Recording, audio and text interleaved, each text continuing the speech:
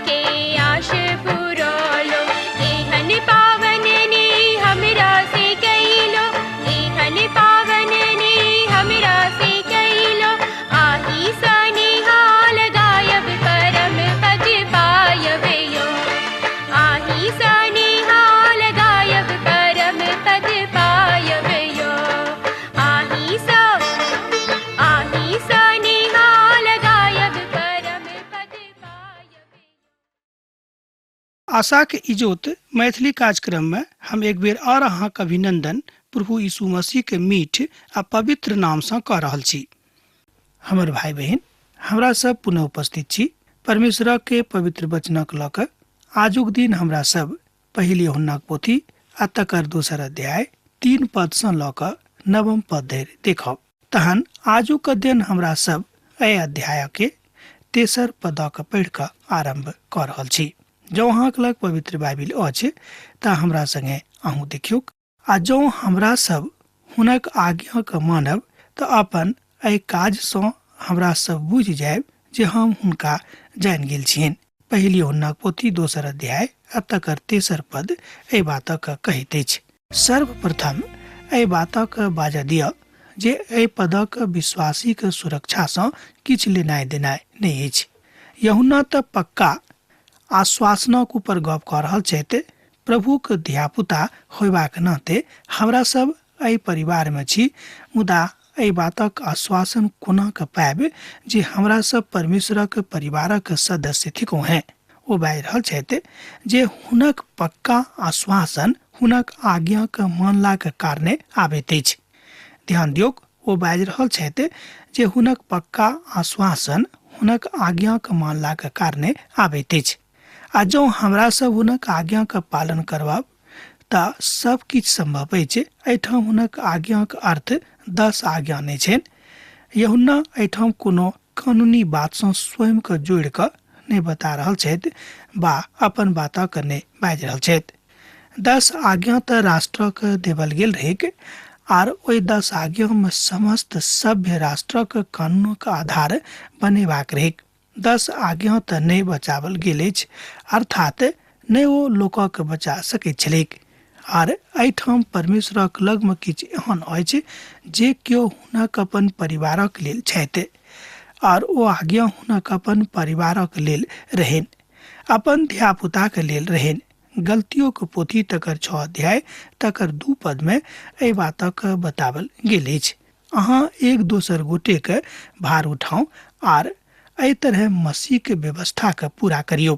एहि बातक एहिठाम बताओल गेल अछि, अर्थात पहिल थस्सलुनीकक पोथी 4 अध्याय तकर 2 पद में संत पौलुस सेहो एहि बातक कहैत छथि जे मसीही पारिवारिक जिंदगी के ऊपर गप अछि, अर्थात मसीही परिवारक ऊपर गप अछि जे केओ प्रभु यीशु मसीह के अपन उद्धारकर्ता के रूप में मानने छथि और हुनक आज्ञा के अनुसार अपन जिंदगी के चलाबैत छथि। अहाँ जानैत छी जे हम प्रभु यीशु के दिस सँ अहाँके कोन कोन आज्ञा देने छियनि। एहि बातक एहिठाम संत पौलुस बड स्पष्टता के साथ अभिव्यक्त कऽ रहल छथि। और ओ आज्ञा सब पहिल थस्सलुनीकक पोथी तकर आखिरी अध्याय में बताओल गेल अछि। और ई सबटा ओहि आज्ञा के किछु हिस्सा अछि, अर्थात सर्वदा आनंदित रहू। परमेश्वर चाहैत छै जे अहाँ एकटा आनंद मनाबय वाला विश्वासी बनि जाउ।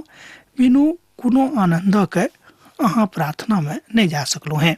अहाँ के हिचकिचाहट हैत और प्रार्थना के जिंदगी से अहाँ स्वयं के फर्क कऽ लेबै। अहाँ कहबै जे परमेश्वर छथि ने, परमेश्वर हम प्रार्थना के सुनैत नहीं छथि। दोसर गप में अहाँ विश्वास और बेसी कमजोर भ जायत और अहाँ कहबै जे संसार में, एहि दुनिया में, संपूर्ण ब्रह्मांड में परमेश्वर नामक कोनो वस्तु अछि नहीं। और ई एकटा बड नकारात्मक गप, नकारात्मक अवधारणा के जन्म अहाँ के जिंदगी में भ जायत। आत्मा के तकलीफ नहीं दियोक, अर्थात पीड़ा नहीं पहुंचाबियोक। ई त परमेश्वरक आज्ञा छै। ओ कहै छै कि आत्मा के तकलीफ नहीं दियोक आ नहीं हुनका पीड़ा पहुंचाबियोक। ई त परमेश्वरक आज्ञा छै। आ जँ हमरा सब हुनक आज्ञा के पालन करै छी त हमरा सब एहि सबटा बात में आनंद उठाबैत रहै छी। ओ हृदय के अच्छाई के जानैत छथि और यह बात अहाँ के करबाक अछि। अब अहाँ जे चाहू से अहाँ कऽ सकलू हैं। आज्ञा परमेश्वरक वचन अछि आ तकरा माननाइ अछि। मुदा विश्वासी त वह कहैत छथि जे मसीह चाहैत छथि और एहि तरह वह होइत अछि जे हुनक करबाक छनि। और एहि संपूर्ण पोथी में ओहि बातक ऊपर यूहन्ना गप कऽ रहल छथि, बता रहल छथि जे ई अहाँ बुझै छी जे हुनका समस्त आत्मिक ज्ञानक पहचान भऽ गेल रहनि, अर्थात परमेश्वरक नजीकी में रहैत रहैत हुनका समस्त आत्मिक ज्ञानक पहचान भऽ गेल रहनि और वो परमेश्वरक परिपूर्णता में आगाँ बढ़ैत छलाह। कियाक तऽ हमरा सब उद्धारक के परिपूर्णता और आश्वासन देवल गेल अछि। दोसर गप में कियाक तऽ हमरा सभक जहन उद्धारक परिपूर्णता और संपूर्ण आश्वासन के देवल गेल अछि, एकर अर्थ ई भेल जे अहाँक मोन में जे किछु छल ओ सबटा बातक अब खत्म कऽ दियौक आ प्रभु यीशु मसीह सोनी तऽ हुनक पवित्रता के अपन जिंदगी में स्मरण राखियौक, याद राखियौक ओ अहाँक संगे छथि। और एहिठाम बड साफ और स्पष्ट अछि। हमरा सब एहि बातक नहि जानै छी और जँ हमरा सब हुनक धियापुता छी तऽ हुनक आज्ञा पालन करे में हमरा लोकनि एको रत्ती पाछाँ नहीं हटब। कियाक तऽ आज्ञा पालन परमेश्वरक समस्त काल में बड पसंद छनि। दोसर गप में हुनक आज्ञा के पालन करनाइ हुनका बड नीक लागैत छनि। जाबे धरि केओ हुनक आज्ञा के पालन हृदय सँ नहीं करताह, हुनका एहि बातक आश्वासन नहीं भेटतनि वा हुनका एहि बातक आश्वासन नहीं देवल जेतनि कि अहाँक संगे हम छी, अहाँ कोनो बातक लेल चिंता नहीं करियौक। पहिल यूहन्ना पोथी 2 अध्याय तकर 4 पद एहि बातक एहि तरह कहैत अछि। जँ अहाँक लग पवित्र बाइबिल अछि तऽ अहूँ देखियौक पहिल यूहन्ना पोथी तकर 2 अध्याय आ तकर 4 पद। आ जे केओ ई कहैत छै जे हम हुनका जानि गेल छियनि और हुनक आज्ञा के नहीं मानैत छथि तऽ ओ झूठा छथि और हुनका में सत्य नहीं छनि। हमरा लोकनि एहि बातक देखलहुँ पहिल यूहन्ना पोथी तकर 2 अध्याय आ तकर 4 पद में। एहि पदक हम बड साफ संरचनात्मक पद कहैत छी। और पछला पद में यूहन्ना बाजने छलाह जे हुनका आब जे केओ जानि गेल छथि आ जे केओ हुनक वचनक मानि कऽ आगाँ चलैत छथि। और ई तऽ बड सकारात्मक प्रभाव ठीक है।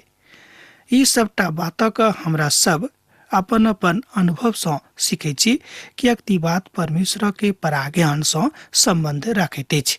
अब जो हाँ परमेश्वर के पराज्ञान सँ संबंध रखनाइ आरंभ कऽ देलहुँ हैं, तहने हाँ एहि बातक बुझि सकैत छी, अन्यथा हुनक निर्देशनक अर्थ अहाँके जिंदगी में सुन्ना भऽ जायत। ई बड साफ निर्देशन आर बड साफ भाषा अछि। आ परमेश्वरक आज्ञा के नहीं पालन कैनाइ जिंदगी के बड दुखांत प्रक्रिया अछि।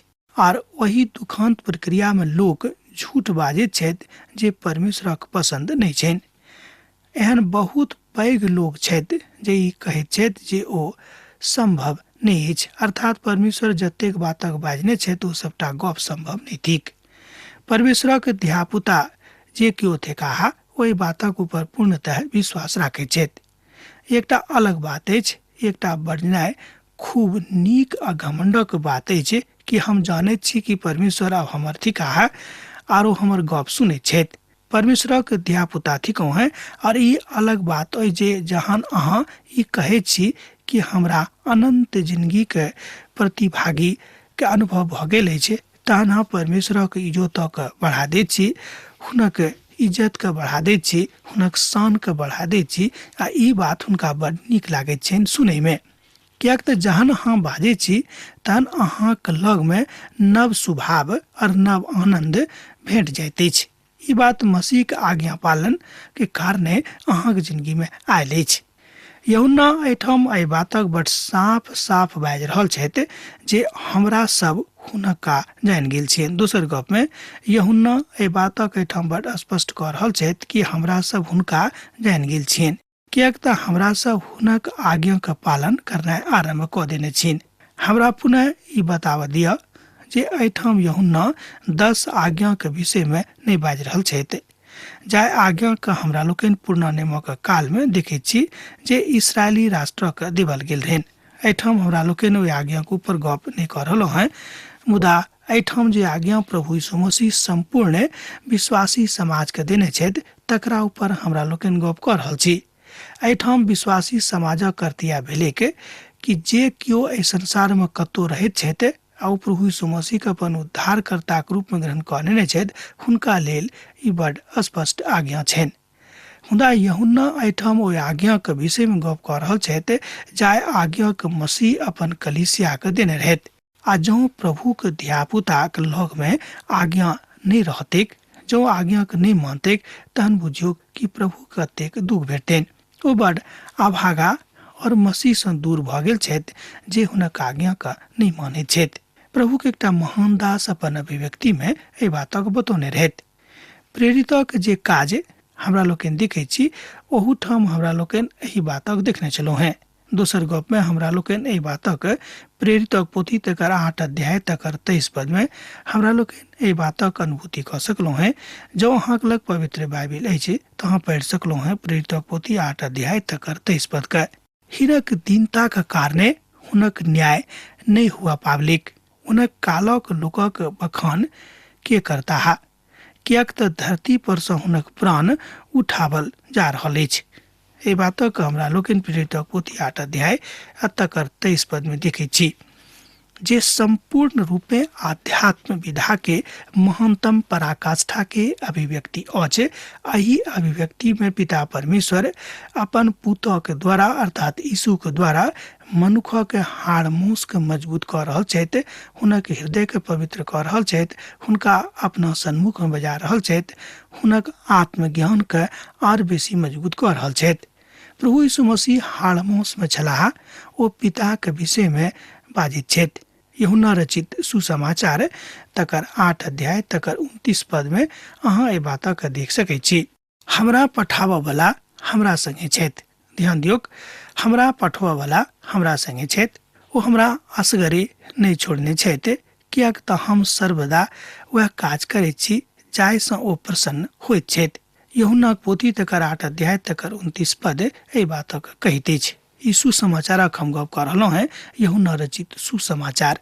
जहिया कहियो हम एहि पद के एहि वचन के पढ़ैत छी हमर मन गदगद भऽ जाइए, कियाक तऽ हम सर्वदा वह काज करैत छी जाहिसँ ओ प्रसन्न होइत छथि। स्वयं प्रभु यीशु मसीह एहि बातक गवाही अपन पिताके लेल दऽ रहल छथि कि हम वएह कऽ रहल छी, हम सर्वदा ओहि काजक कऽ रहल छी जाहि बातसँ ओ प्रसन्न होइत छथि। किएक तऽ हम वएह करै छी जाहि बातसँ ओ प्रसन्न होइत छथि। यह आत्मिक वरदान अछि। हम यह बाजि रहलहुँ हैं, हुनक आज्ञाके पालन कऽ रहलहुँ हैं, हुनका प्रसन्न करबाके काज कऽ रहलहुँ हैं, किएक तऽ प्रभुके प्रसन्न करबाके यह बाट थिक। वही बाट दऽ कऽ हम जा रहल छी जाहि बाट दऽ कऽ प्रभु चाहैत छथि कि हमरा लोकनि चली। यूहन्ना रचित सुसमाचार 3 अध्याय आ तकर 36 पद के जँ अहाँ देखबै तऽ ओतौ एहि तरहक प्रसंगके हमरा लोकनि देखै छी। मुदा जे गवाही हमरा लग अछि ओ यूहन्नाके गवाहीसँ बढ़ि कऽ अछि, आ जे काज पूरा करबाक लेल पिता हमरा सौंपने छथि, अर्थात वह काज जे हम करैत छी ओ हमर गवाही अछि जे पिता हमरा पठौने छथि, पिता जे हमरा पठौने छथि। एहि बातक हमरा लोकनि यूहन्ना रचित सुसमाचार आ तकर 3 अध्याय के 36 पद में देख रहलहुँ हैं। आ जे पुतक ऊपर विश्वास करैत छथि, ध्यान दियौ, जे पुतक ऊपर विश्वास करैत छथि अनंत जिंदगी हुनक छनि। मुदा जे पुतक बातक नहि मानैत छथि ओ जिंदगीके नहि देखताह, किएक तऽ परमेश्वरक क्रोध हुनका ऊपर बनल रहैत अछि। यूहन्ना रचित सुसमाचार 3 अध्याय के 36 पद में हमरा लोकनि एहि बातक देखै छी। एतद हमरा लोकनि पाबै छी कि परमेश्वर समस्त विधामे सब ठाम प्रस्तुत छथि, सब ठाम विद्यमान छथि, सब ठाम ठाढ़ छथि। हुनका केओ नकार नहि सकैत अछि आ नहि हुनक उपस्थितिके, हुनक अनुग्रहके केओ अनेरे एम्हर उम्हर कऽ सकैत छथि। यूहन्ना एहि बातक बाजि रहल छथि जे पवित्र आत्मा ओहि बातक बजबाक लेल एहिठाम आत्माके तैयार कऽ रहल छथि। हुनक आज्ञाके पालन एहि तरह होइत छैक। आ जँ केओ वस्तुतः हुनक वचन पर चलता है तऽ हुनकामे वास्तविक रूपमे परमेश्वरक प्रेम सिद्ध भेल अछि। हमरा एहि बातसँ मालूम होइत अछि जे हम हुनकामे छी। पहिल यूहन्ना पोथी 2 अध्याय तकर 5 पद में हमरा लोकनि एहि बातक देख सकलहुँ हैं। जँ अहाँके लग पवित्र बाइबिल अछि तऽ हमरा संगे एक बेर खोलि कऽ देखियौ। आ जँ केओ वस्तुतः हुनक वचन पर चलता है तऽ हुनकामे वास्तविक रूपमे परमेश्वरक प्रेम सिद्ध भेल अछि। हमरा एहि बातसँ मालूम होइत अछि जे हम हुनकामे छी।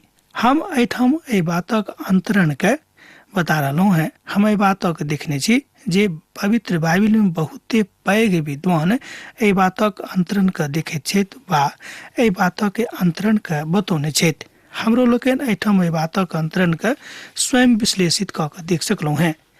पवित्र बाइबिल एहि बातक अंतरणके बहुत नीक रीतिसँ, सूक्ष्म रीतिसँ बतौने छथि। हमर अनुभव अछि जे परमेश्वरक वचन और आज्ञा पालन में अंतर नहीं छै, अर्थात परमेश्वरक वचन और परमेश्वरक आज्ञा पालन में बहुत बेसी अंतर नहीं छै। केओ बाजि सकैत छथि जे हम आज्ञा पालन परमेश्वरक वचनक अनुसार कऽ रहल छी।